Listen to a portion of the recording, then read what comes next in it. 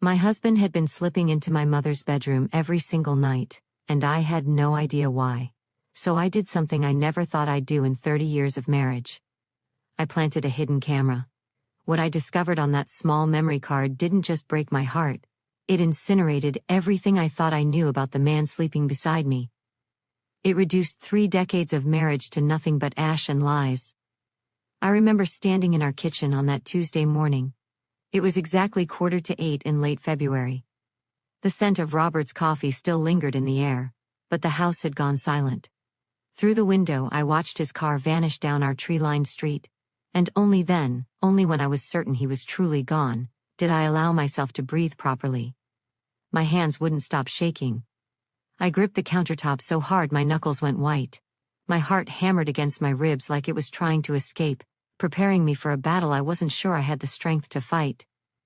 With feet that felt like they weighed 100 pounds each, I climbed the stairs. I walked past the bedroom I shared with Robert and stopped outside what used to be our son's room, the door that now belonged to my mother.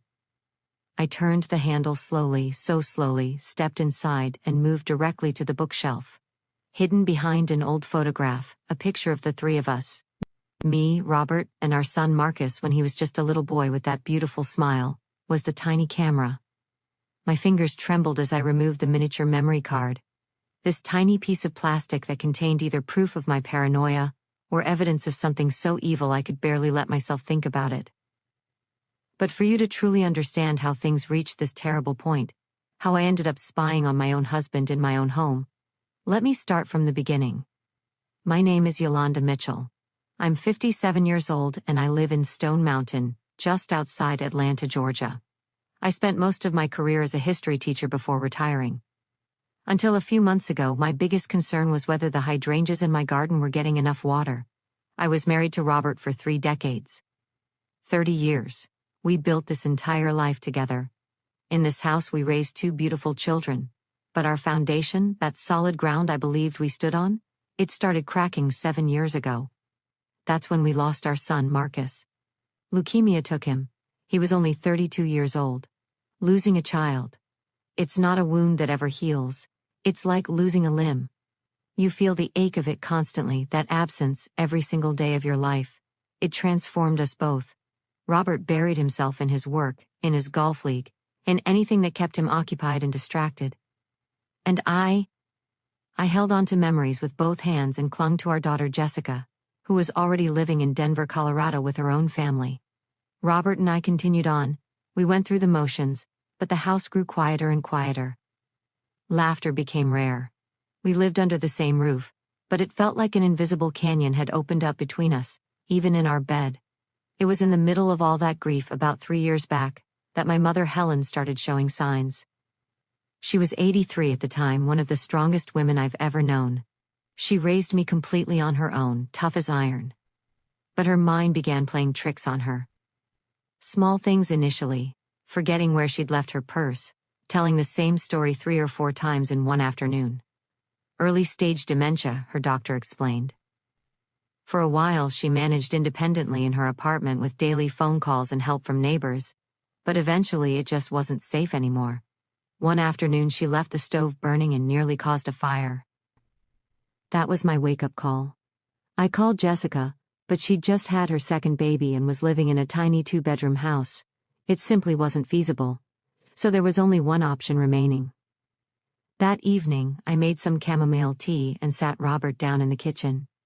The same kitchen where we'd chosen our children's names all those years ago, where we'd held each other and sobbed over Marcus's death.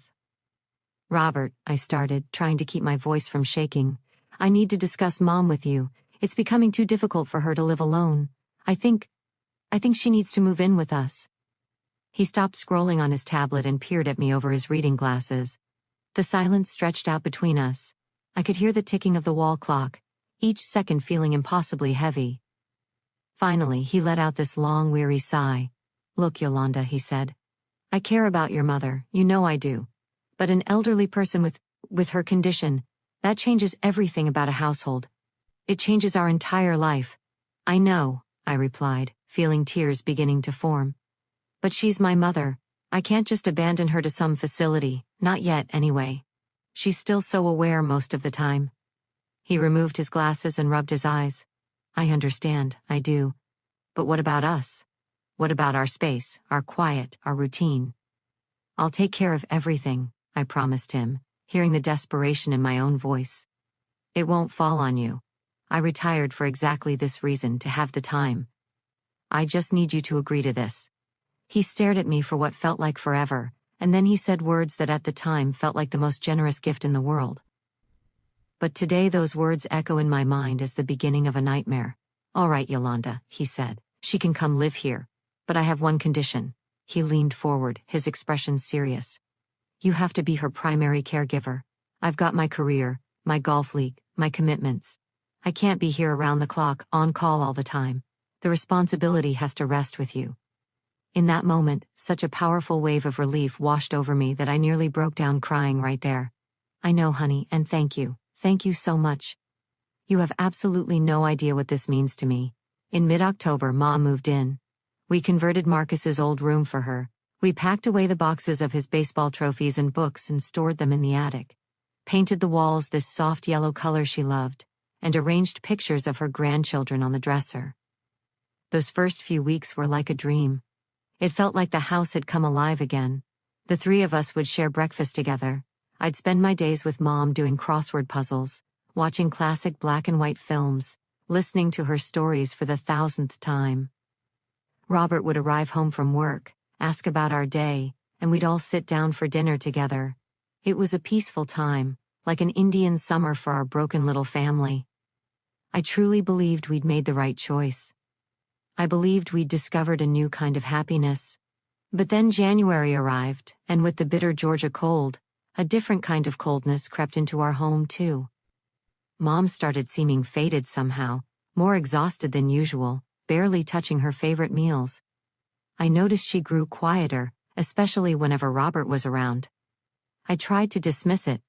Dementia progresses, I told myself. It's winter. The season makes people feel melancholy. But deep in my heart, I felt this cold prickling of worry.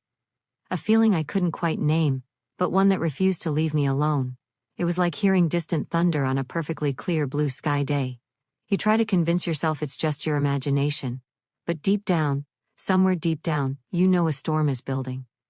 That sense of foreboding, that feeling of a storm gathering on a cloudless day, it started taking shape a couple of weeks after New Year's. The change in my mother Helen was no longer subtle at all. She began to shrink into her own clothing. The food on her plate remained mostly untouched. She would just push peas from one side to the other with her fork, head down, as if the simple act of eating required monumental effort. But it wasn't the exhaustion or lack of appetite that squeezed my heart the hardest. It was the fear. It was this almost invisible thing, but once you notice it, you can't unsee it. When it was just the two of us in the house during the day, Mom was herself, talkative, stubborn, sometimes forgetful but present. Her eyes would light up when she'd tell a story for the 1000th time about her youth in Savannah. But the moment we heard the sound of Robert's car pulling into the garage around 6 in the evening, it was like someone flipped a switch inside her. I'd see it instantly. Her shoulders would hunch just slightly. Her hands, which had been gesturing as she spoke, would fold quietly in her lap. Her voice would drop to almost a whisper. At the dinner table she'd barely speak at all, and her eyes would track Robert's every single movement. It wasn't the look of someone engaged in conversation. It was a watchful look, the way a small bird watches a cat in the yard, aware of every step, ready to flee at the first sign of danger. At first I created excuses, thousands of them. I'd tell myself things like, it's just Robert's stress from the office, he comes home tired. Or, he just doesn't understand how to handle dementia, he's uncomfortable around her. I even thought maybe it was difficult for him to see someone else occupying the room that had been Marcus's. I wanted to believe anything other than the ugly truth that was starting to form in the periphery of my vision. But truth has this stubborn way of making itself known whether you want it to or not. One night in late January, Robert had a business dinner, so it was just going to be me and Mom.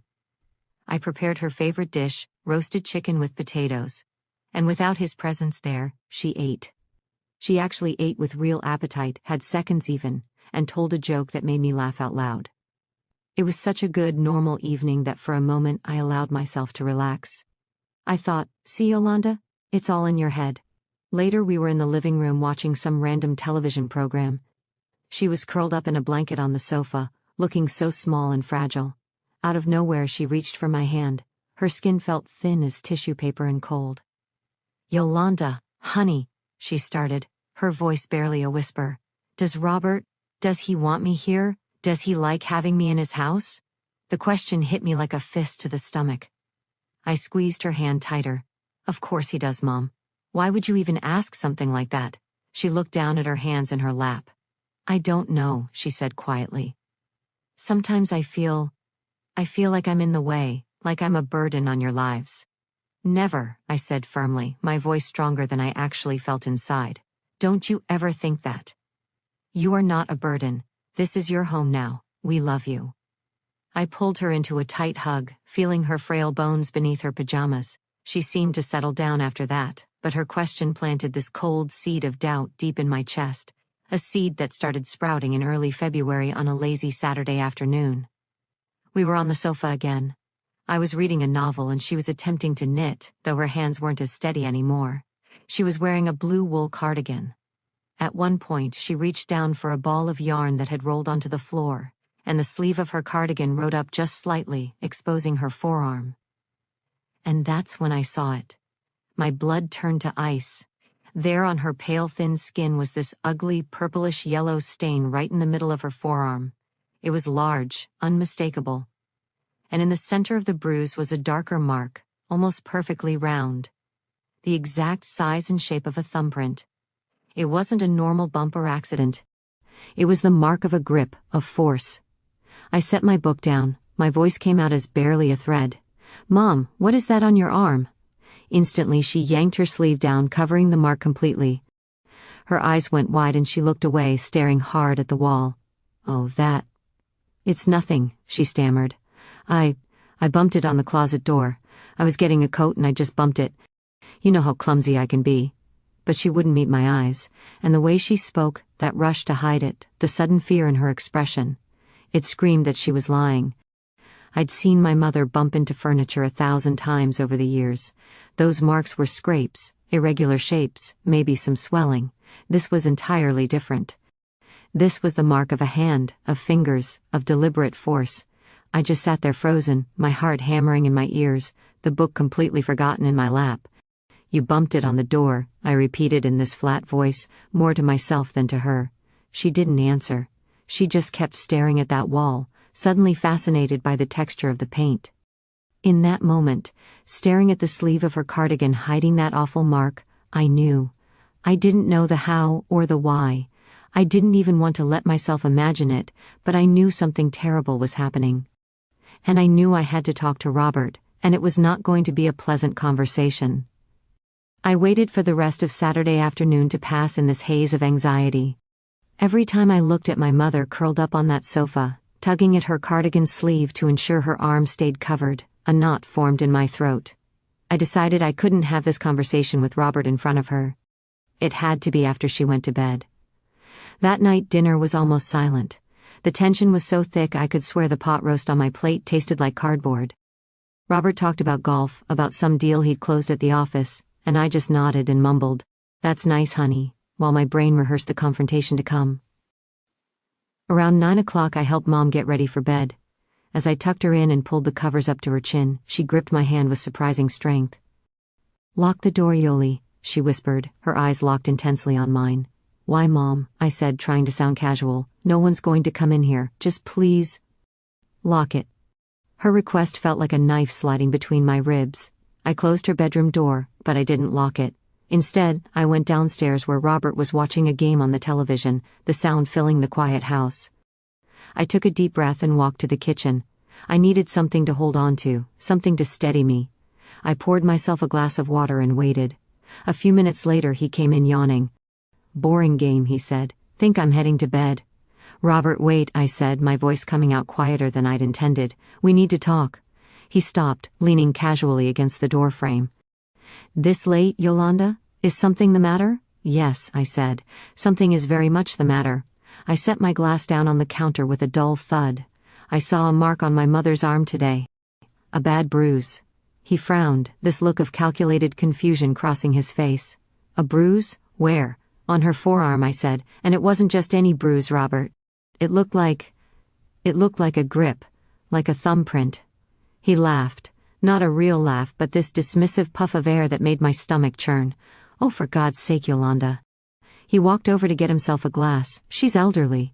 Old people bruise easily, you know that. Their skin is like paper. She probably doesn't even remember how it happened. Those were exactly the words I'd been dreading. That cold logic, that easy dismissal. She said she bumped it on the closet door, I continued. But she was frightened. And the mark doesn't look like a bump from a door, Robert. That's when his tone shifted. The fake patience vanished instantly, replaced by sharp irritation. And what exactly are you implying here? He asked. That I did it? He looked me right in the eye, challenging me directly. Is that what you're saying, Yolanda? After 30 years together, you actually think I would hurt your mother? He had this way of making me feel like I was the crazy one. He was a master at turning things around, at putting me on the defensive. I'm not implying anything, I lied, backing down. I'm just worried about her. And she's been acting scared around you lately. Scared? He scoffed. She has dementia, Yolanda. Her moods swing wildly from 1 hour to the next. 1 minute she's laughing, the next she's crying because she can't remember what year it is. You're being overprotective and frankly, paranoid. Is this what it's going to be like now? Every little scrape, every little mark is going to turn into some kind of investigation? I warned you this would change our lives. He drank his water in one long gulp and slammed the glass into the sink. I'm going to bed, and I strongly suggest you stop looking for problems where there aren't any. He turned and walked out of the kitchen, leaving me standing there alone under that cold fluorescent light. I felt small, stupid, doubting myself. Was he right? Was my worry and grief over my mother's condition making me see monsters in the shadows?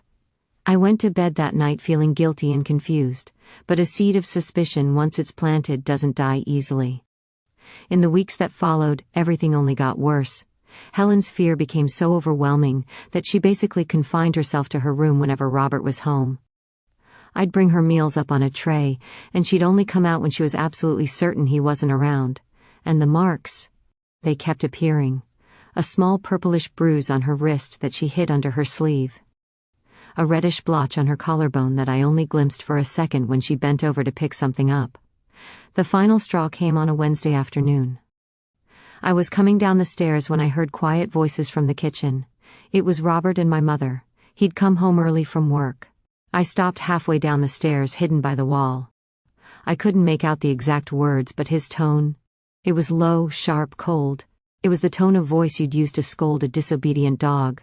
I heard my mother murmur something back, a weak, almost inaudible reply. Then I took a step and made the stair creak loudly.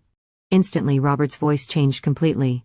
"Oh, there it is, Helen," he said, his voice suddenly loud and warm, full of this fake cheerfulness that made me sick to my stomach.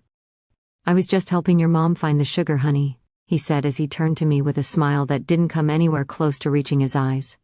My mother was standing by the counter, hunched over, her eyes fixed on the floor. She looked like a child who'd been caught doing something wrong. He walked past me, kissed my forehead and said, "I'm going to go take a shower before dinner." I just stood there watching his back as he climbed the stairs. That artificial smile, that sudden switch in his entire demeanor. It was like watching an actor's mask slip for just 1 second, revealing the cruel face hiding underneath. And it was in that exact moment, standing in my quiet kitchen, that a piece clicked into place. A terrible, horrifying piece. Mom was always worse in the mornings. Always more tired, more frightened, more confused.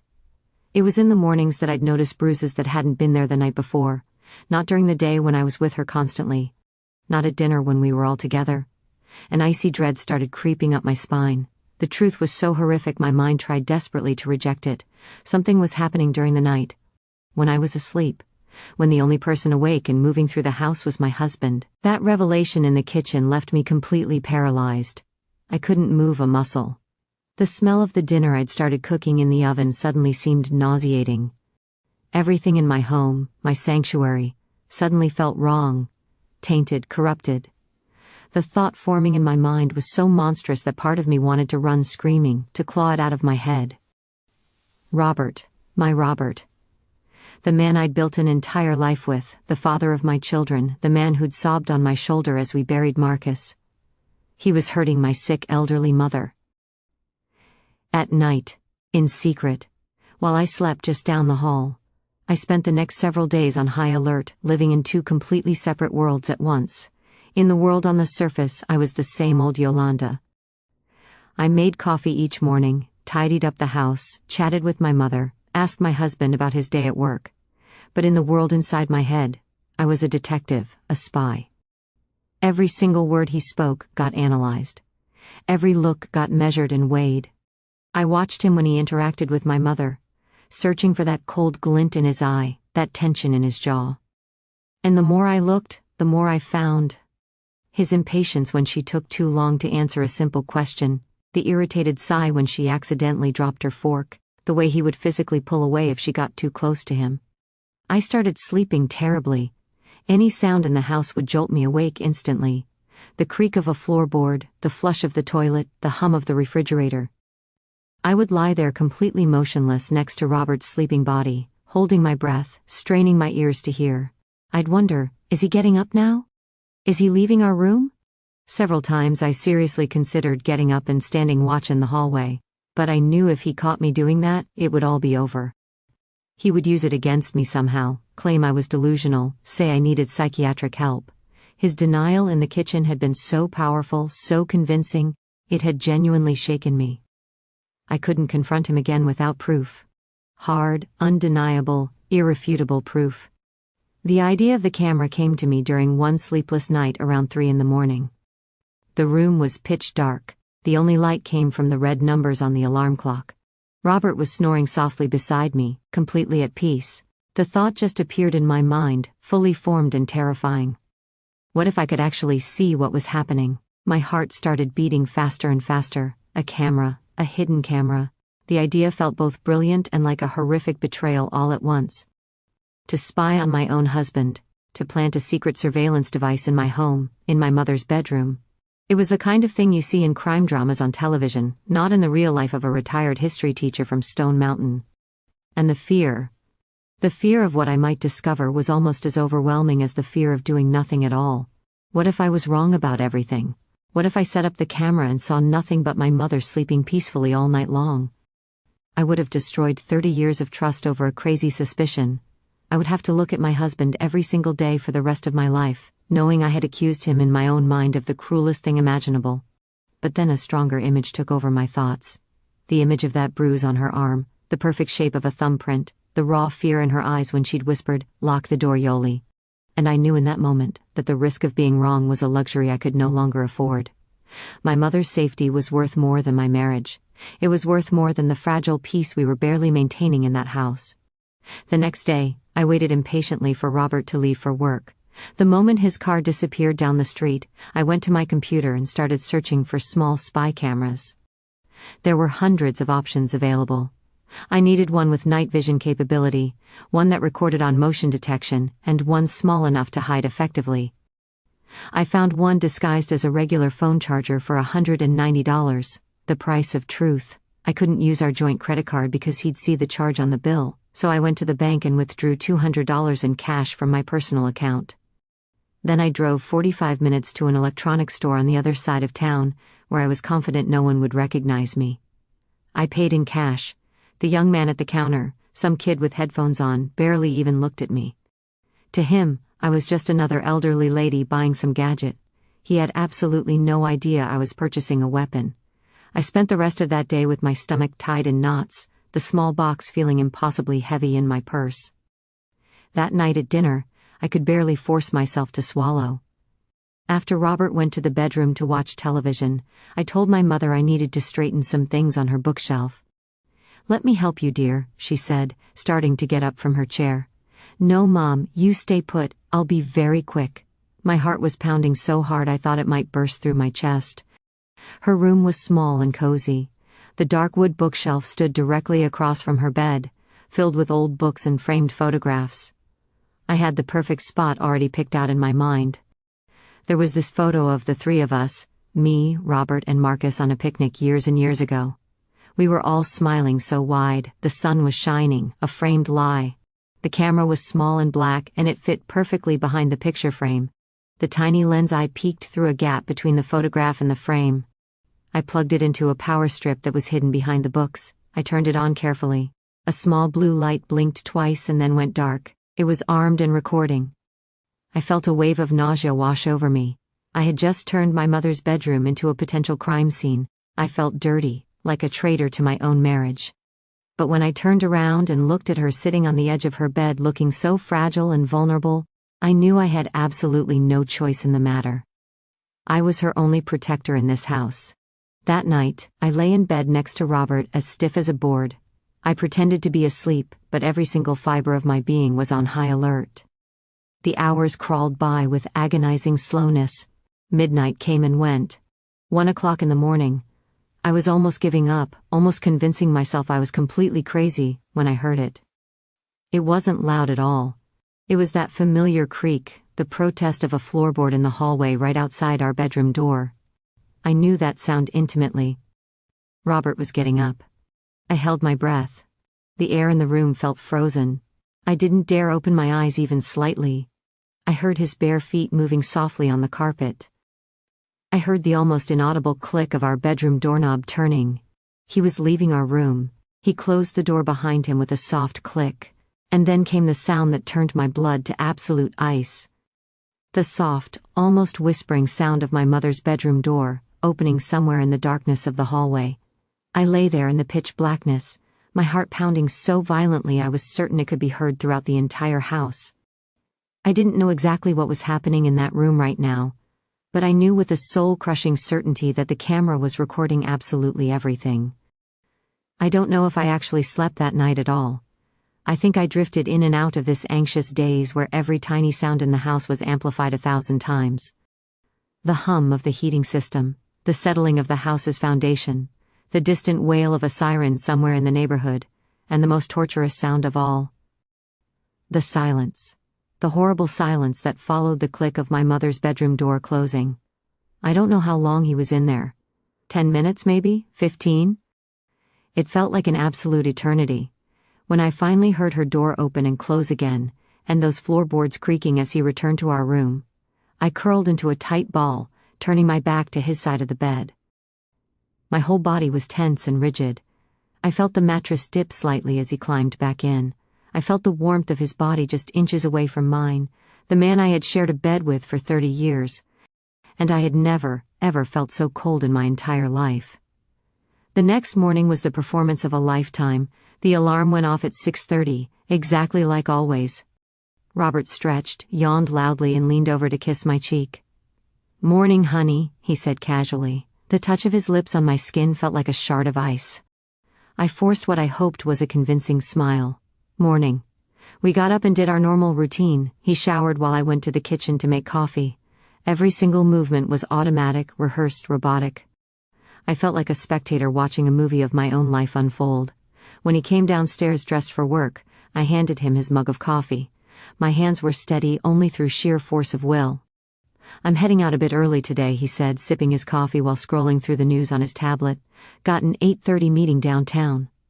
"All right, dear," I replied, my voice carefully neutral. "Drive safely." He finished his coffee, placed the mug in the sink, gave me another quick kiss, and headed for the door.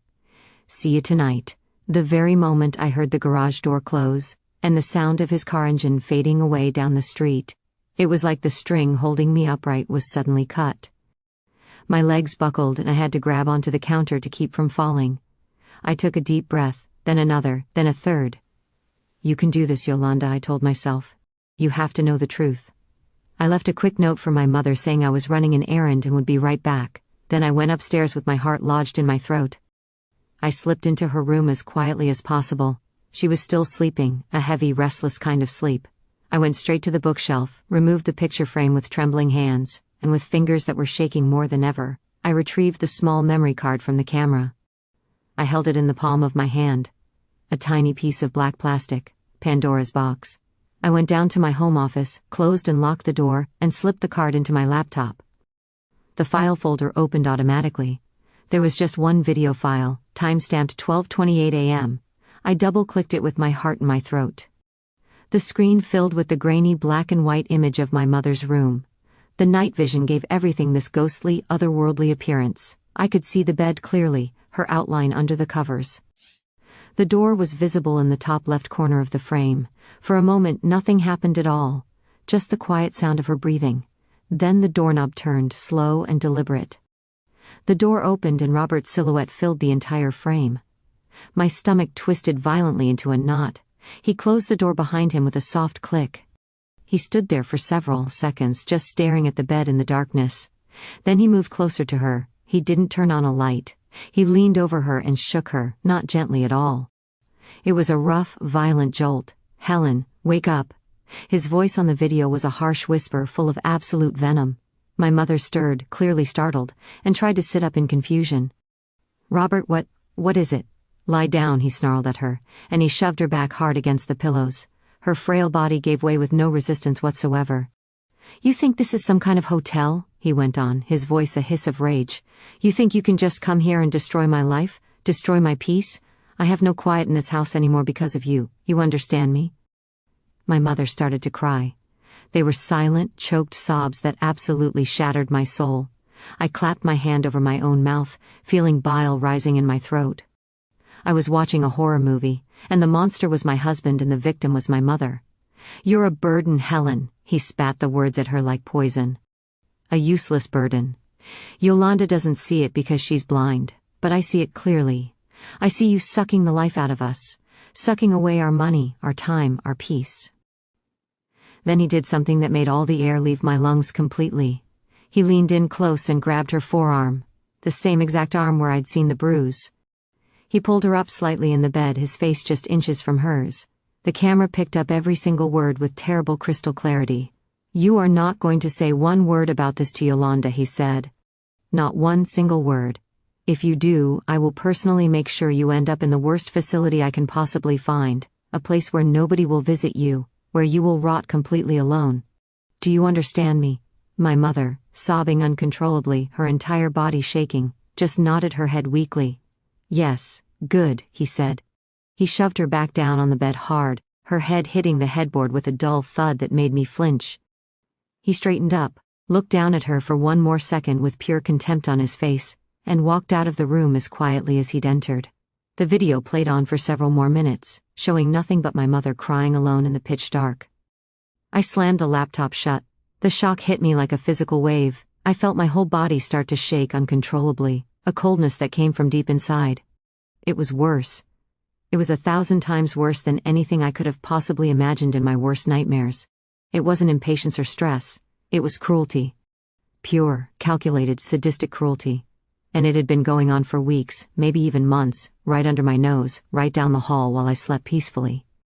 The tears I had held back for so long finally came, hot and furious. But they weren't tears of sadness at all. They were tears of rage. A rage so deep and so cold it burned like fire. The image of my mother's terrified face, the sound of my husband's venomous voice. It was seared permanently into my brain. I stood up on shaky legs. I went to the bathroom and splashed cold water on my face, staring at the woman in the mirror. Her face was blotchy and red. Her eyes were swollen. But there was something new there now. Something I hadn't seen in a long time. A hard, steely resolve. The ache in my chest was still there. That pain of betrayal, of a 30-year marriage turning to dust before my very eyes. But on top of it, something even stronger was growing inside me. I wasn't going to confront him directly. I wasn't going to scream and cry. I wasn't going to give him any warning at all. That's exactly what he'd expect from me.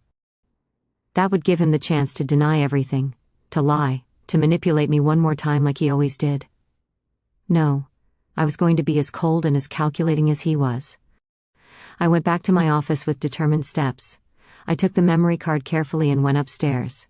I slipped into my mother's room as quietly as possible, and put the camera back in its hiding place behind the photo of our supposedly happy family.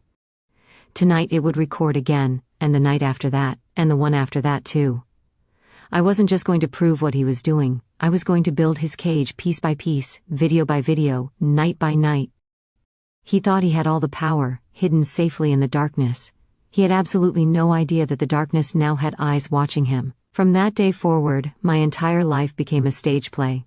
I became the lead actress in an elaborate performance about a happy marriage. The script was simple enough.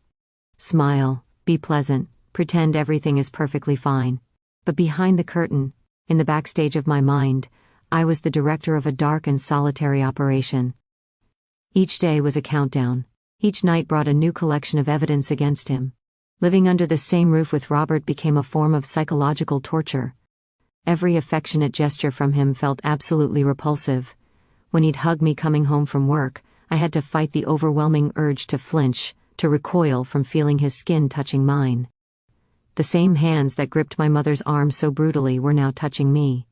At dinner I watched him carefully over the rim of my glass, the way he cut his steak, the way he talked casually about his day at the office. It all seemed like a grotesque charade. How could a man harbor so much darkness inside and still laugh at a joke on the television? Who was this person I had slept next to for 30 years? I looked at him now and saw a complete stranger, a monster wearing my husband's familiar face. My main focus became my mother's protection. During the day I worked twice as hard to create a bubble of safety around her. We read books together, we talked for hours, I made all her favorite foods. But I could still see the fear in her eyes, a constant humming fear that never truly left her. She barely left her room anymore when he was home. And the worst part of all was that I couldn't tell her what I knew. I couldn't say, "Mom, I know everything." I saw it all. "I'm going to protect you." Telling her meant risking everything I'd worked for. If she changed her behavior even slightly, if she accidentally confronted him about anything, he'd know immediately that something was wrong. He might find the camera and I would lose my only weapon against him, so I had to keep up the act, even with her. I just hugged her tighter than usual and told her softly, "It's going to be okay, Mom. I promise you, I'm here." And every single morning, the same agonizing routine played out. Wait anxiously for him to leave for work. Go upstairs with my heart pounding wildly. Retrieve the memory card with trembling fingers. Go down to my office, lock the door, and watch the previous night's horror show unfold on my screen. The second night of recording was almost an exact repeat of the first nightmare. The same stealthy entrance in the darkness. The same verbal humiliation and degradation. "You're starting to smell old," he whispered cruelly to her. "This whole house is starting to stink because of you." He didn't physically touch her that particular night, but his words were like slaps across the face. I saved the video to a secure, password-protected folder on my computer. I named the folder Project Justice, and I felt the weight of those words. The third night was somehow even worse than before. He came into her room and saw that she'd left a glass of water on her nightstand. He picked it up and threw it violently against the wall. The sound of the glass shattering on the video made me literally jump in my chair. My mother let out a small, terrified cry on the recording. "Learn to clean up after yourself, you useless old woman," he snarled before walking out and slamming the door. In the morning when I went to wake her, I saw the broken glass scattered on the carpet. "Oh my God, Mom, what happened?" I asked, feigning complete surprise. She just shook her head, trembling all over. I must have knocked it over during the night somehow." I cleaned up the shards carefully, my hands shaking with pure rage, feeling every piece of glass like a stab directly into my own heart. The fourth night, he pinched her. Hard. On the video, I watched his hand dart out like a striking snake, squeezing the skin on her upper arm viciously. She whimpered in pain, a sound that haunted me. The next morning, the purple mark was there exactly as it had appeared on the video. I had another piece of proof, another nail in his coffin. But it was on the fifth night that I discovered something that took this abuse to an entirely new level of evil. Something that showed me he wasn't just trying to scare her or humiliate her anymore, he was drugging her. I watched the video with growing horror. He came in like always, but this time he had something in his hand. 2 small white pills. He shook my mother awake roughly. "What? What is that?" she mumbled, groggy and confused. "Your sleeping medicine," he said, his voice falsely calm and reasonable. But Yolanda already gave me my medicine before bed," she protested weakly. His false calmness vanished instantly like smoke. "You'll take what I give you," he snapped. "Open your mouth right now." She hesitated, turning her face away from him. He grabbed her roughly by the chin, forcing her head back against the pillow. "I said open your mouth," he repeated menacingly. With his other hand he shoved the 2 pills into her mouth forcefully. I saw her body flinch and gag on the screen. He grabbed the water glass from her nightstand and forced it to her lips. "Swallow all of it," he commanded. After she swallowed, coughing and sputtering, he finally let her go. He stood over her for a long moment. "That'll keep you quiet so you don't cause me any more trouble," he said before leaving and closing the door. I stared at the screen, completely frozen in shock. What were those pills exactly? Were they just extra sleeping pills or something far worse? Suddenly everything made perfect sense. Her grogginess in the mornings, her confusion that seemed worse than her dementia alone could explain, the fact that she sometimes could barely get out of bed for breakfast. He was sedating her deliberately. He was keeping her drugged up so she'd be more docile, less of a problem during the day, easier to control. This wasn't just cruelty anymore. This was genuinely dangerous. He could be accidentally overdosing her. He could actually kill her. That was the absolute turning point for me. The rage in my chest transformed into icy fear and desperate urgency. I couldn't do this alone anymore, I realized. Collecting videos wasn't enough by itself. I was dealing with something far beyond my ability to handle on my own. This wasn't a marriage problem anymore. This was a serious crime. A crime happening every single night just a few feet from where I slept, completely unaware. I saved the 5th video carefully.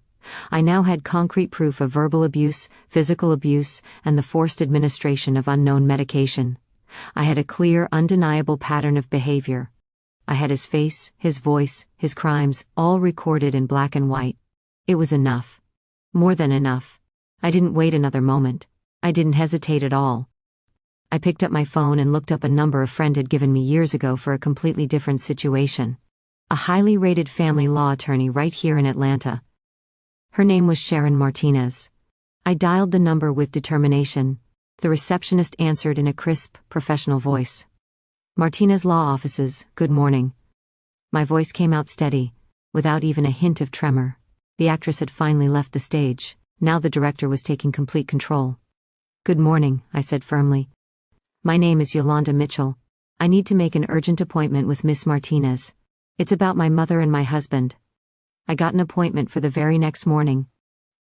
I lied smoothly to Robert, told him I was meeting an old friend from college for coffee and catching up. The lie came with frightening ease now. I was getting disturbingly used to this double life I was leading. I put all the memory cards, each one carefully labeled with the corresponding date, into a small protective case and tucked it deep inside my purse. I felt like I was carrying a bomb. Sharon Martinez's office was in downtown Atlanta, in this tall, mirrored building that felt cold and intimidating from the outside. But her office itself was completely different. It was warm and welcoming, with comfortable armchairs and a stunning view of the city skyline. Sharon was a woman in her mid-40s with intelligent, penetrating eyes and a posture that radiated absolute competence. She greeted me with a firm handshake and a genuinely kind smile. "Mrs. Mitchell, please have a seat," she said warmly. "My assistant mentioned this was urgent. What can I do to help you today?" For a moment, the words simply wouldn't come out. Now that I was actually here, about to air out all the dirty laundry of my life to a complete stranger, the full weight of it all crashed down on me. But then I started talking. I told her absolutely everything.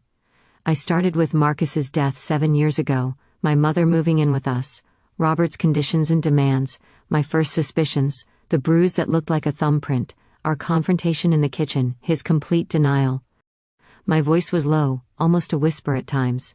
I felt deeply ashamed, as if the failure of my marriage and the abuse happening in my own home were somehow my fault, my responsibility. Sharon listened patiently and attentively, without interrupting me once, just making occasional notes on a legal pad. When I finally finished talking, she looked at me with compassion but not pity. "Yolanda," she said, her tone calm and steady. "Do you have any proof of this? Anything concrete beyond your suspicions and observations?" It was the exact question I'd been waiting for. "Yes," I said, my voice suddenly gaining strength and confidence. I opened my purse, took out the protective case, and placed it on the polished mahogany desk between us. "I have 5 complete nights of recordings on these cards." Her expression shifted dramatically. The compassion was instantly replaced by intense seriousness. "You installed a camera?" she asked carefully. "Yes," I confirmed.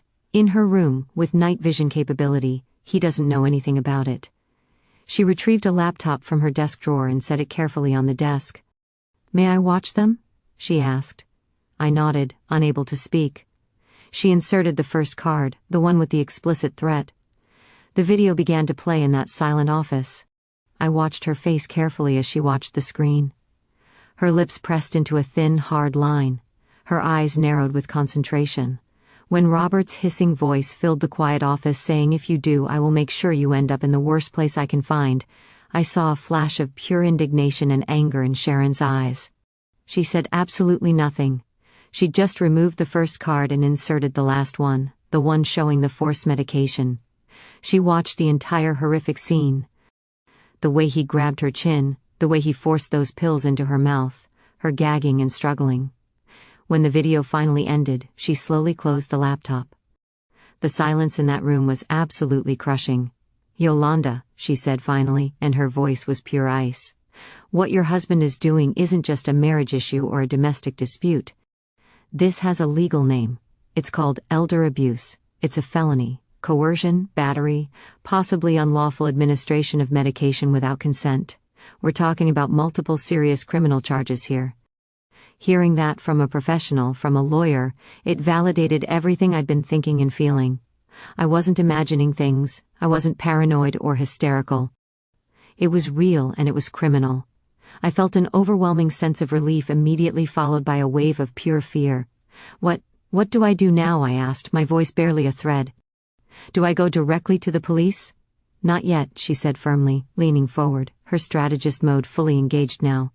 "The police will want more than just the videos. They're incredibly powerful evidence, don't misunderstand me, but his defense attorney will try everything to discredit them. They'll claim you doctored them somehow, that they're taken out of context, that he was just giving her legitimately prescribed medication. We need one more crucial piece, the most important piece. An official medical report, and if at all possible, your mother's direct testimony." My heart sank immediately. "But she's so terrified, Sharon. She lies to me constantly to protect him, or maybe to protect herself. She won't talk to anyone." "She'll talk to the right person in the right environment," Sharon assured me confidently. "She needs to feel completely safe and protected. And we need a medical professional to officially document all the injuries and evaluate her mental state." "Do you trust her family doctor?" "Dr. Reynolds," I said instantly. "Yes, absolutely. He's been Mom's doctor for over 20 years now. He's a genuinely good man." "Excellent," Sharon said. "Here's exactly what we're going to do. Tomorrow morning first thing, you're going to call Dr. Reynolds' office. You'll tell them your mother had a small fall, and you want him to examine her as a precaution. You absolutely need to get her in there for an appointment. Once you're alone with him in the exam room, away from anyone else, you're going to tell him everything. Exactly what you just told me." "And then what?" I asked nervously. "Then you're going to let Dr. Reynolds do his job," she explained.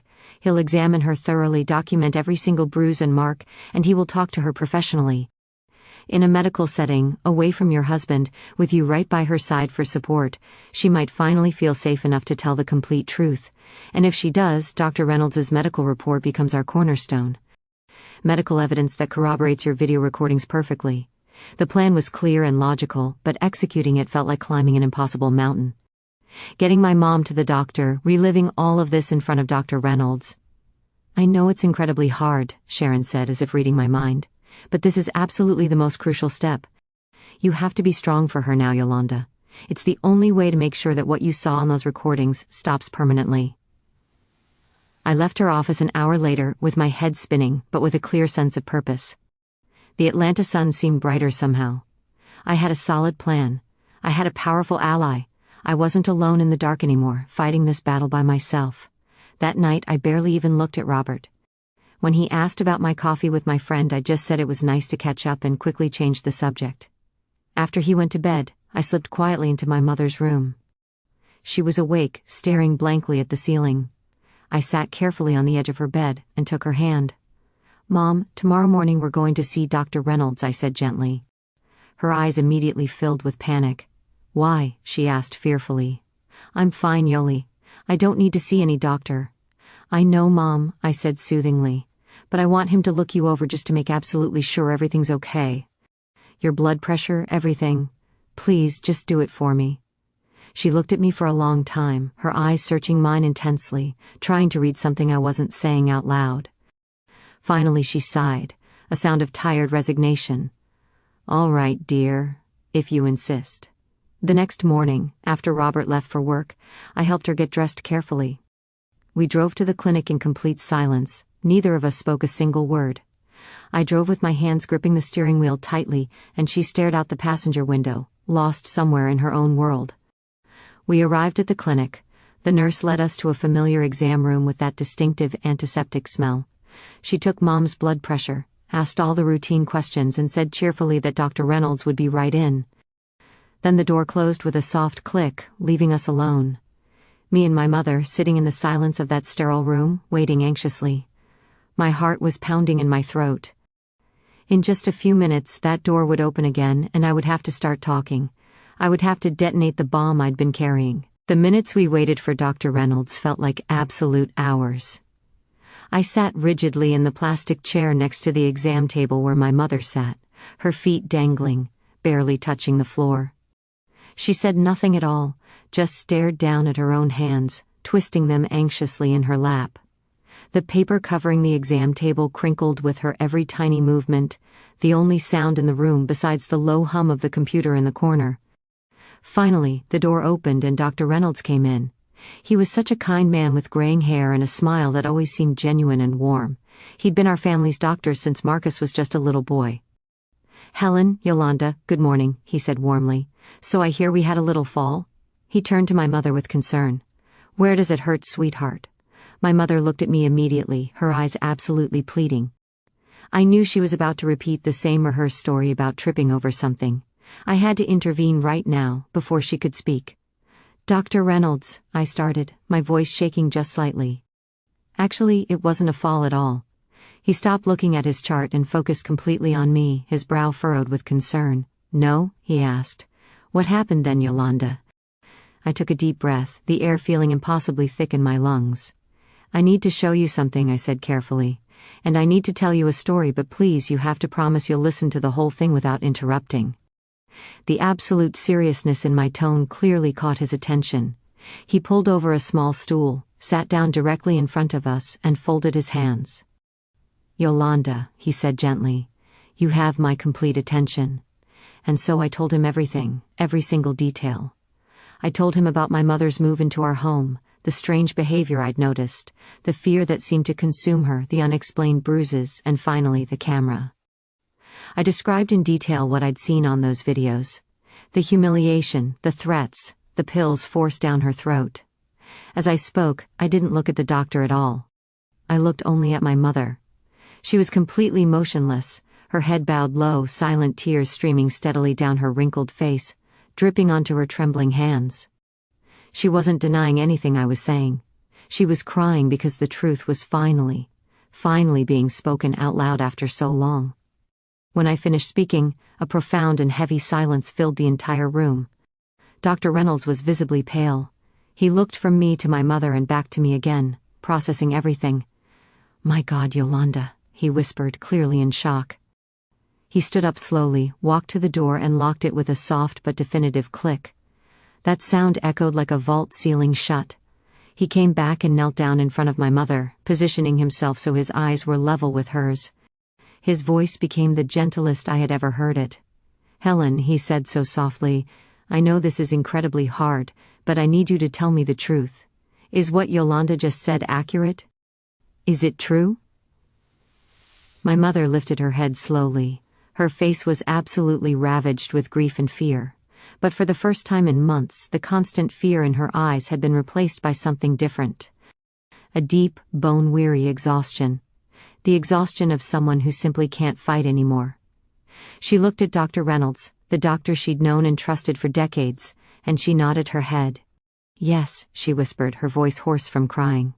"It's all true, every word." "He's been doing this to you, Helen?" he asked gently. "Robert has?" "Yes," she repeated, her voice a little stronger now. He says I'm a burden on them, that I ruined his life completely. He wakes me up in the middle of the night, he scares me terribly." "And the marks, Helen?" Dr. Reynolds asked, his voice still so gentle.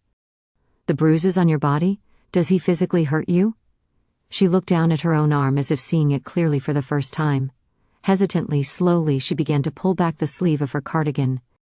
With the doctor's careful help, she exposed her forearm. The thumbprint bruise, now faded to a yellowish color, was still clearly visible. She showed him her wrist where a new purple blotch was forming. He squeezes me hard, she said, her voice gaining a bit more strength. When he gets angry at me, he tells me if I say anything to Yoli, he'll send me away to a terrible place. Dr. Reynolds examined each mark carefully and thoroughly. His face became a mask of grim professionalism. And the pills, Helen, he asked. Does he give you additional medicine at night? Medicine that I haven't prescribed? Yes, she confirmed. He makes me take them. He says it's to keep me quiet so I don't bother anyone. Dr. Reynolds stood up. He went directly to his desk and began typing rapidly on his computer, documenting every single word she'd said, every injury he was seeing. He took careful photographs of the marks with a digital camera. Each click of the shutter felt like another nail being hammered into the coffin of my 30-year marriage. While he worked methodically, I went to my mother and wrapped her in my arms. She clung to me desperately, her body trembling with sobs. I'm so sorry, Yoli, she whimpered into my shoulder. I didn't want to cause you any trouble at all. Shh, Mom, I said, feeling my own hot tears soaking into her hair. You did absolutely nothing wrong, nothing. I'm the one who should be sorry. I'm so sorry I didn't see it sooner. I'm so sorry I didn't protect you. After several minutes, Dr. Reynolds stopped typing. He printed out several pages and signed them with a flourish. He turned to face me, his expression incredibly grave. Yolanda, what you've described and what Helen has now confirmed, combined with the physical evidence I'm seeing, is a textbook case of elder abuse. As a physician, Georgia state law classifies me as a mandatory reporter. That means I don't have any choice in this matter. I have a legal duty to report this situation to the proper authorities immediately. My heart leaped in my chest. I knew this was coming. Sharon had prepared me for exactly this, but hearing the actual words spoken out loud made it suddenly real, irreversible, final. I understand completely, I said, my voice steady and clear. He picked up the phone on his desk. I'm going to call the Stone Mountain Police Department right now, he explained. They will likely send officers here to the clinic to take your statements and collect my medical report. He paused, looking at me seriously. Are you ready for this, Yolanda? Are you prepared? I looked at my mother, who now seemed calmer, more relieved, as if some enormous weight had been lifted from her fragile shoulders. I held her hand tightly. Yes, I told Dr. Reynolds, not looking away from her. We're ready. He dialed the number.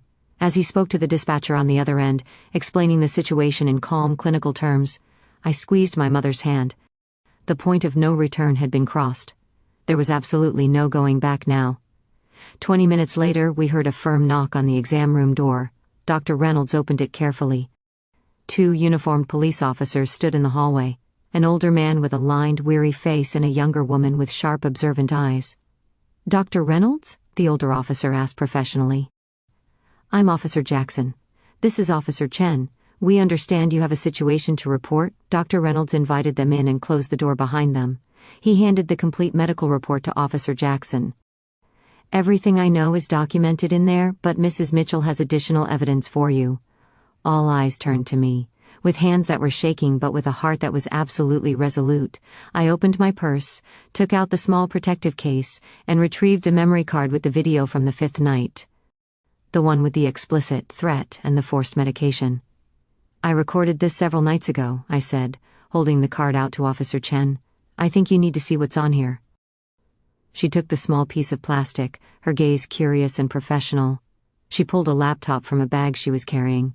The screen flickered to life, its cool blue light illuminating all our faces in that small room. Officer Chen inserted the memory card into the laptop with practiced efficiency. She made a few clicks, and the grainy black and white image of my mother's room filled the screen completely. The exam room fell into a heavy, tense silence, broken only by the quiet whir of the computer and my mother's nervous breathing beside me. Both officers leaned in close to watch. I watched their faces carefully. At first their expressions were professionally neutral and unreadable, but as Robert's silhouette entered the room on the video, I saw their entire posture change. They grew more rigid, more intensely focused. When the audio picked up Robert's venomous whisper waking my mother, Officer Chen exchanged a quick, sharp look with her partner. They watched the entire horrific scene without saying a single word. The humiliation, the brutal grab of her chin, the pills being forced down her throat, and then that threat. The camera captured his voice with absolutely chilling clarity. I will make sure you end up in the worst place I can find. Do you understand me? When the video finally ended, Officer Chen didn't move for several seconds. She just stared at the screen where my mother was crying alone in the darkness. Slowly she lifted her head and looked directly at me. The professional neutrality was completely gone. In its place was a cold, determined anger. "Mrs. Mitchell," she said, her voice carefully controlled, "how long has this been happening to your mother?" "I don't know for certain," I answered honestly, my voice thick with emotion. "I started suspecting something a few weeks ago. I started recording 6 nights ago." Officer Jackson, who had been carefully reading Dr. Reynolds's report while watching the video, finally spoke. His voice was low and deadly serious. "The medical report corroborates exactly what we've seen here," he said. "Bruising consistent with forceful gripping and restraint, and the victim's direct testimony." He turned to me. "Is your husband at home right now?" "No," I said. "He's at work. He usually gets home around 6 o'clock in the evening." The two officers looked at each other again, some kind of silent communication passing between them. "All right," Officer Jackson said firmly. "Here's what we're going to do. Officer Chen and I will head back to the station immediately to file this report and make sure we have everything we need for an arrest warrant. Given the video evidence we've just seen, I don't anticipate any issues at all getting that warrant. Mrs. Mitchell, I need you and your mother to go home and act as normally as possible.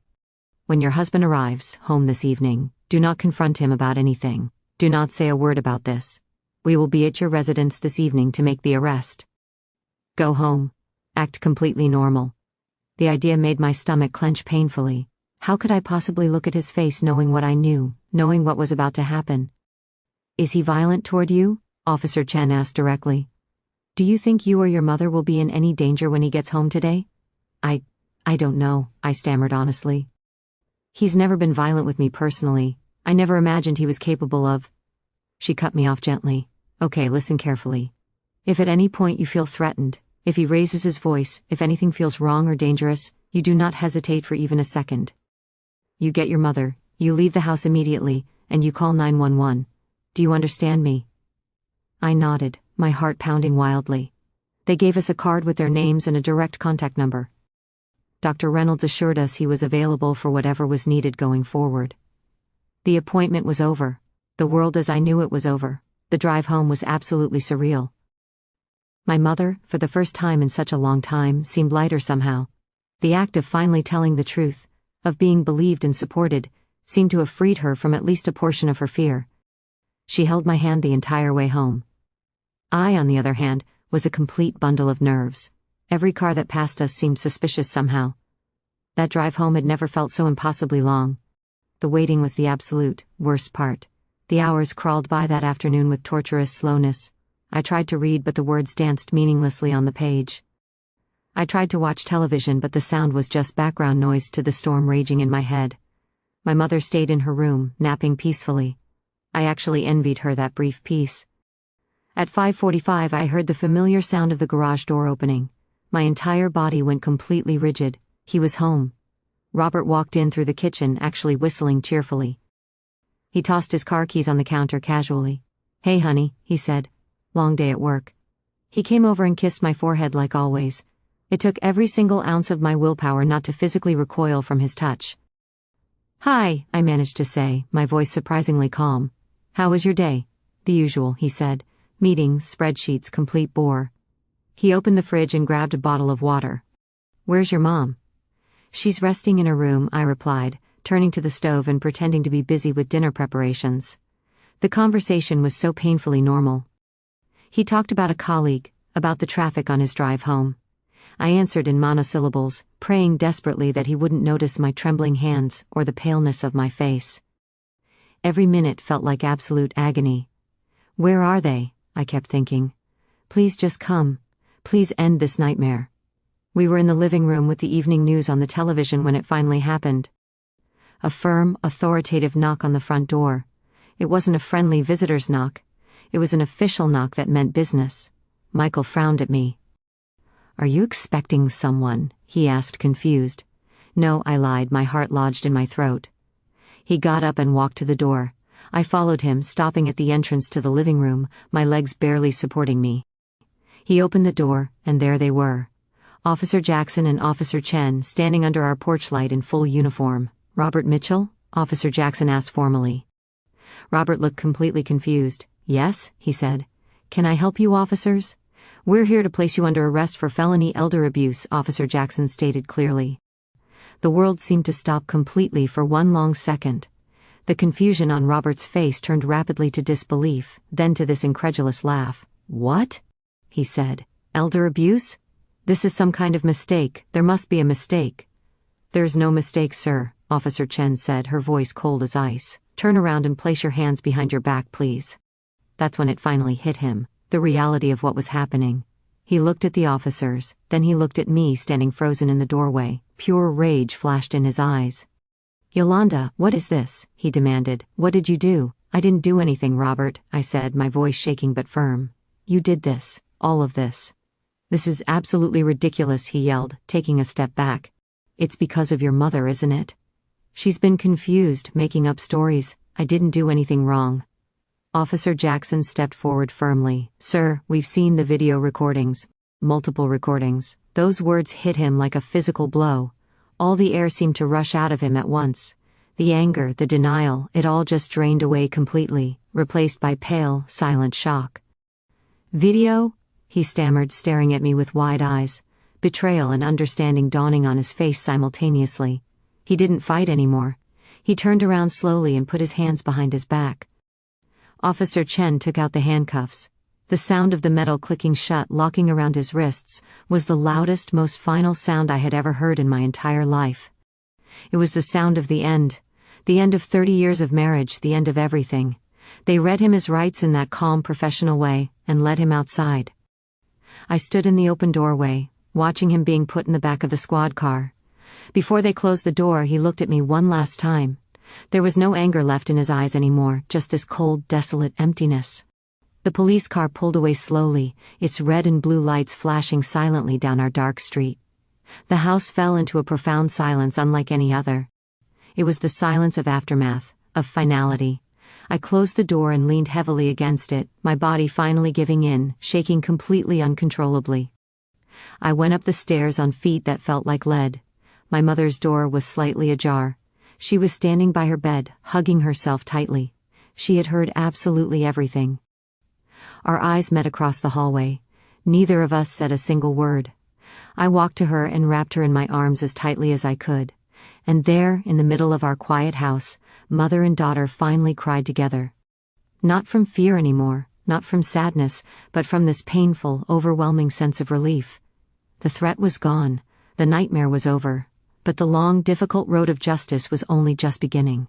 The sound of those handcuffs clicking shut marked the end of one chapter, but it was the beginning of another, perhaps an even more exhausting one. The immediate threat inside our house was gone, yes, but it was replaced by the slow, cold, impersonal machinery of the justice system. Robert spent that first night in jail. The next afternoon, I was notified that he'd been released on bail. The main condition was a full restraining order. He was forbidden from coming within 500 feet of me or my mother, and absolutely forbidden from returning to our home. A friend of his came by to collect some of his clothes and personal items. I packed everything into cardboard boxes and left them on the front porch. I didn't see him. I didn't want to see him ever again. The first thing I did was file for divorce. Sharon handled all the legal paperwork. Signing those documents felt strange and surreal, a stroke of my pen undoing 30 years of shared history. But there was no hesitation in my hand. There was no doubt in my heart. The man I had loved no longer existed, if he ever truly had at all. All that remained was a stranger I needed to legally remove from my life permanently. The house without him was quiet, but it was an entirely different kind of quiet now. It was a peaceful quiet, a safe quiet. I had the locks on all the doors changed immediately. I took his pictures off the walls and out of the frames, packing them away in a box in the very back of a closet. I needed to erase his presence completely, to reclaim this space as ours, as mine and my mother's sanctuary. The months leading up to the trial were a blur of lawyers' meetings, depositions, and this constant low-grade anxiety that never quite went away. I met the prosecutor assigned to Robert's case, a strong, sharp woman named Patricia Adams. She had a well-earned reputation for being absolutely relentless in the courtroom, especially in cases involving abuse of vulnerable people. When I first met her, she looked me directly in the eye and said firmly, "Mrs. Mitchell, I've watched those videos. We are going to get justice for your mother. I promise you that." Her words gave me a strength I didn't even know I still possessed. Preparing for the trial was the hardest part of everything. Patricia needed my mother's testimony, but Helen's dementia was a significant hurdle. There were good days where her memory was crystal clear, and she could recount the events in painful, vivid detail. And there were bad days where she was confused, forgot names completely, or simply retreated into a frightened silence that broke my heart. "Don't worry," Patricia told me during one of our many preparation meetings. "Her testimony is important, yes, but the videos are our smoking gun. They speak entirely for themselves. Her testimony just needs to confirm that the person in those videos is her, and the man is your husband. That's all we need from her." In the meantime, our daughter Jessica flew in from Denver. The shock of the news had left her absolutely speechless. "Mom, Dad, I can't believe it," she'd repeated over and over, crying on the phone when I first told her. When she finally arrived, she rushed to hug her grandmother tightly. Seeing Jessica's genuine concern and love for her grandma was like balm to my wounded heart. She stayed with us for 2 weeks, helping care for Helen, giving me a shoulder to cry on when I needed it, and bringing a little bit of normalcy and even laughter back into our house. Her presence helped my mother tremendously too. Jessica would spend hours with her, showing her pictures of her great-grandson on her phone, listening to the same old stories with infinite patience and affection. Slowly, I watched a little bit of the old Helen return, that sparkle in her eye, a more frequent smile, genuine laughter. The fear that had haunted her for so long began to recede, replaced by the safety of being surrounded by people who truly loved her. But the shadow of the upcoming trial loomed over everything like a dark cloud. 7 long months passed, 7 months of phone calls, of preparation, of sleepless nights. Finally the day arrived. It was a September morning, the air outside just starting to turn crisp, hinting at the coming fall. I put on my best suit, a navy blue one that made me feel professional and strong. I helped my mother into a pretty floral dress and a soft cardigan. Jessica, who had flown back in specifically for the trial, wore a simple, somber dress. The 3 of us looked like 3 soldiers heading into our final battle together. We drove to the DeKalb County Courthouse. The imposing stone building felt cold and intimidating. We walked inside through the metal detectors, the sound of our heels echoing loudly in the marble hallways. We met Patricia Adams right at the courtroom door. "Are you ready?" she asked, her gaze steady and confident. I took a deep breath. "As ready as we'll ever be," I said. We entered the courtroom. It was exactly like in the movies and TV shows. The dark, polished wood benches, the American flag standing proud, the seal of the state of Georgia mounted on the wall. And on the other side of the room, sitting next to his expensive lawyer, was Robert. My heart gave a painful jolt. He was noticeably thinner, his face drawn with dark circles under his eyes. He wore a suit that seemed slightly too big for his frame. Our eyes met for one brief instant. I didn't see anger or remorse, just that same cold emptiness. I looked away quickly. We took our seats in the front row directly behind the prosecution's table. The bailiff called out loudly, "All rise." The judge, an older man with a stern, no-nonsense face, entered and took his high-backed chair. "This court is now in session," he announced. The buzz of conversation stopped abruptly. The silence in the room was absolute and heavy. The judge looked down at the papers in front of him. "We are here today for the trial of the state of Georgia versus the defendant Robert Mitchell." Patricia Adams stood up, straightening her blazer with confident movements. Her movements were precise and assured. She turned to the judge. "Your Honor, the state is ready to proceed." The judge then turned to the defense attorney, a man in an expensive suit with a smug smile that I immediately disliked. "Is the defense ready?" "Yes, Your Honor," the lawyer said smoothly. The jury selection process began, followed by the opening statements. I listened with growing anger as Robert's lawyer painted a picture of a stressed man trying to care for a difficult senile mother-in-law, whose accusations were nothing but the confused ramblings of a diseased mind. I felt rage rising in me like a tide. But Patricia put a reassuring hand on my shoulder. "It's his job to say that," she whispered. "Our job is to show them the real truth." Then it was time. Patricia Moore stood up, her gaze fixed on the judge. "Your Honor, the state calls its first witness to the stand, Yolanda Mitchell." My blood ran absolutely cold. The whole room seemed to turn and look directly at me. With my legs trembling but my head held high, I stood up, walked to the witness stand, placed my hand on the Bible, and swore to tell the truth, the whole truth, and nothing but the truth. I sat down in the chair feeling too high up, too exposed and vulnerable. Across the room, Robert stared at me, his face an unreadable mask. Patricia approached calmly. "Mrs. Mitchell," she began, her voice clear and echoing in the silent courtroom, "please tell the jury in your own words why you installed a hidden camera in your mother's bedroom." Sitting there on that witness stand under the intense gaze of 12 jurors, the judge, and the man who was once my husband, I told our entire story. Patricia guided me expertly, with calm, precise questions, helping me build the narrative clearly for the jury. I spoke of my deep love for my mother, of her progressing dementia, of the difficult decision to bring her into our home. I spoke of the first subtle changes I noticed, the fear that started building in me, the unexplained bruises and Robert's cold, complete denial when I confronted him. "And what did you do when your concerns were dismissed, Mrs. Mitchell?" Patricia asked. "I bought a camera," I answered, my voice steady and clear. "I had to know the truth. I had to know if I was going crazy, or if my mother was genuinely in danger." Robert's defense attorney objected strenuously, of course. He tried his best to paint me as a paranoid, hysterical wife who had invaded the privacy of everyone in the house without cause. On cross-examination, he was absolutely relentless. "So you, with no concrete proof, just a feeling, decided to spy on your husband of 30 years? He asked, his tone dripping with sarcasm. "I had the bruises on my mother's body and the fear in her eyes," I replied firmly, looking directly at the jury. "For a daughter, that's all the proof you need to take action to protect your mother." My testimony lasted nearly 2 hours. By the time it was over, I was emotionally drained and exhausted, but the hardest part was yet to come. "The state now calls Helen Clark to the stand," Patricia announced. With Jessica's gentle help, my mother walked slowly to the witness stand. She looked so incredibly small and frail up there. The defense attorney immediately tried to have her testimony disqualified, citing her dementia diagnosis aggressively, but the judge, after hearing Patricia's arguments and carefully reading a detailed report from Dr. Reynolds about her general lucidity, allowed her to testify.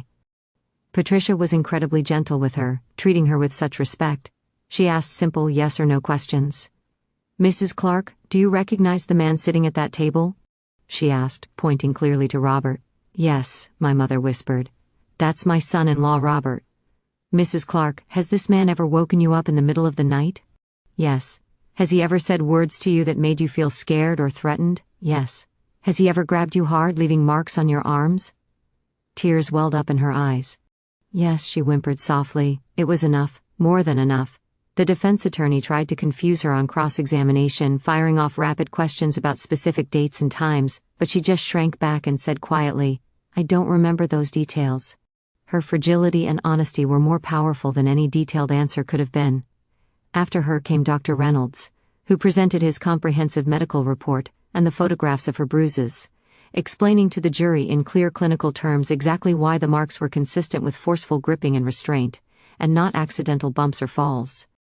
And then came the moment I had both waited for and dreaded for 7 long months. "Your Honor," Patricia Adams said, "the state would now like to present the video evidence marked as Exhibits A through E." A large television screen was rolled out and positioned to face the jury box directly. The bailiff dimmed some of the courtroom lights. The room fell into an incredibly tense hush. Patricia walked over to the television. "We'll begin with the recording from the night of February 28th, marked as Exhibit A," she announced. She pressed play. The grainy black and white image of my mother's room appeared on the large screen. The jurors all leaned forward with rapt attention. I couldn't watch it again. I couldn't bear to. Instead, I watched Robert intently. He was sitting ramrod straight, his face as white as a ghost, his eyes locked on the screen, forced to relive his own crimes in front of everyone. The courtroom watched in stunned, absolute silence as the monster that had lived in my house was laid completely bare for all to see. Robert's hissing voice threatening my mother echoed through the courtroom. The sound of him grabbing her chin roughly, her gagging as he forced pills down her throat brutally. I could hear shocked gasps coming from the jury box. I saw one juror, a middle-aged woman, clap her hand over her mouth, her eyes wide with absolute horror. By the time Patricia played the last video, the one with the most explicit threat, the entire atmosphere in the room had shifted dramatically. The smugness was completely gone from the defense attorney's face. The jury no longer looked at me like a hysterical wife, or at my mother like a confused old woman. They looked at Robert, and in their eyes I saw pure disgust and contempt. Patricia turned off the television, the lights came back up, she turned to face the jury, her face a mask of absolute gravity. The defense claims words were taken out of context, she said, her voice ringing out powerfully in the quiet room. That these actions were those of a stressed caregiver who made mistakes. But you saw it with your own eyes. There is no context in the world that justifies that cruelty. There is no amount of stress that justifies terrorizing a vulnerable 83-year-old woman in the middle of the night when she's helpless. What you saw, ladies and gentlemen of the jury, was not caregiving. It was torture, pure and simple. And now I ask you to deliver justice for Helen Clark. The closing arguments were made by both sides. The judge gave his careful instructions to the jury. And then they filed out slowly to deliberate. The wait was the longest of my entire life. Me, my mother, and Jessica sat on the courtroom bench holding hands tightly, not saying a word. What was there left to say? Robert and his lawyer sat across the room in their own tense silence. An hour passed slowly, then 2 hours. The afternoon sun began to dip low, casting long shadows across the courtroom. Finally, after almost 3 agonizing hours, the bailiff came in. "They have a verdict," he announced. My heart stopped completely. We all rose to our feet as the jury filed back in, their faces carefully unreadable. They did not look at Robert even once. They say that's a bad sign for the defense. They took their seats quietly. The judge turned to the jury foreman, a middle-aged man with glasses. "Has the jury reached a verdict?" "Yes, Your Honor, we have," the man said clearly. "In the case of the state of Georgia versus Robert Mitchell on the charge of felony elder abuse, what is the jury's verdict?" The foreman unfolded a piece of paper slowly. The rustle of that paper sounded like a thunderclap in the silent room. He cleared his throat. He did not look at Robert. He looked directly at the judge. "On the charge of felony elder abuse, we the jury find the defendant." He paused for what felt like an absolute lifetime. I held my breath, squeezing my mother's and my daughter's hands with all my might. Guilty, guilty. The word hung in the courtroom air for a second before I truly processed it. A sob escaped me, a sound that was half cry, half pure relief. Beside me, Jessica began to weep silently. I turned to my mother. She wasn't crying at all. There was a calm, almost serene expression on her weathered face, as if a violent storm that had been raging inside her for months had finally passed completely. Across the room, Robert didn't react at all. He just sat there staring straight ahead, his face completely blank, as if the verdict was for someone else entirely. His lawyer put a hand on his shoulder, but he didn't move or acknowledge it. The arrogant, controlling man who had terrorized my mother in the darkness looked small and pathetic under the bright courtroom lights. The sentencing hearing was 2 weeks later. Patricia argued forcefully that while Robert had no prior criminal record, the calculated and repetitive nature of his abuse, the victim's extreme vulnerability, and his complete lack of remorse demanded significant prison time. The judge agreed with her assessment. Robert Mitchell was sentenced to 18 months in a state correctional facility, to be followed by 2 years of supervised probation. 18 months. It didn't feel like nearly enough time for the amount of pain and terror he'd caused. But Patricia assured me that for a man of his professional standing, any prison time at all was a devastating fall from grace. He was taken into custody right there from the courtroom. I didn't watch as they led him away. To me, he was already long gone. While he was serving his time, our divorce was finalized without complications. It was surprisingly uncomplicated. He didn't contest a single thing. The house in Stone Mountain, the house we had built together, was now mine alone. For the first time in over 30 years, I was the sole owner of my own home. Life after the storm is a strange thing. The immediate danger is gone, but the wreckage is everywhere, all around you. For my mother, the physical wounds healed, the bruises faded away, but the emotional scars ran much, much deeper. She had nightmares frequently. She would wake up in the middle of the night calling my name, terrified and disoriented. We started going to therapy together, which helped tremendously. Talking about what had happened in a safe professional space helped her process the trauma and understand intellectually that the blame was never, ever hers. For nearly a year, things got steadily better. Jessica's constant presence and support, who had reconciled beautifully with her grandmother, and the peace and safety in our home did absolute wonders for Helen. But dementia is a relentless thief. It doesn't stop for anything. The improvement in Mom's emotional state didn't stop the disease's relentless march on her mind. Her short-term memory began to fail more dramatically and rapidly. She started getting lost inside her own home, not recognizing familiar objects or rooms. It got to a point where she needed 24-hour professional care, something I, with a completely broken heart, had to admit I could no longer provide on my own adequately. The decision to move her into an assisted living facility was one of the hardest decisions of my entire life. But with Jessica's help and support, we found an excellent place. A place with beautiful gardens and kind patient nurses and constant activities designed for dementia patients. The day she moved, we both cried together. But when I saw her settled comfortably in her new armchair, looking peacefully out the window at a bed of beautiful roses, I knew deep down it was the right decision. I visited her every single day without fail, rain or shine. Today, 5 years have passed since that trial. I'm 62 years old now. I live alone in the house that was once full of laughter, then pain, and now holds a quiet, solitary peace. Robert was released from the correctional facility over 3 years ago. I don't know where he is now, and I don't want to know. I heard through the grapevine from an old mutual friend that he moved somewhere upstate, and lives a reclusive life. He lost his job, his friends, his entire family. He lost everything he'd tried to protect with his cruelty and violence. My mother Helen passed away peacefully 2 years ago, in her sleep. The dementia had taken her far away from us long before then, but I was right by her side until her very last breath, holding her hand. She spent her final years in complete safety, surrounded by professional care, and knowing even in her moments of deep confusion that she was loved.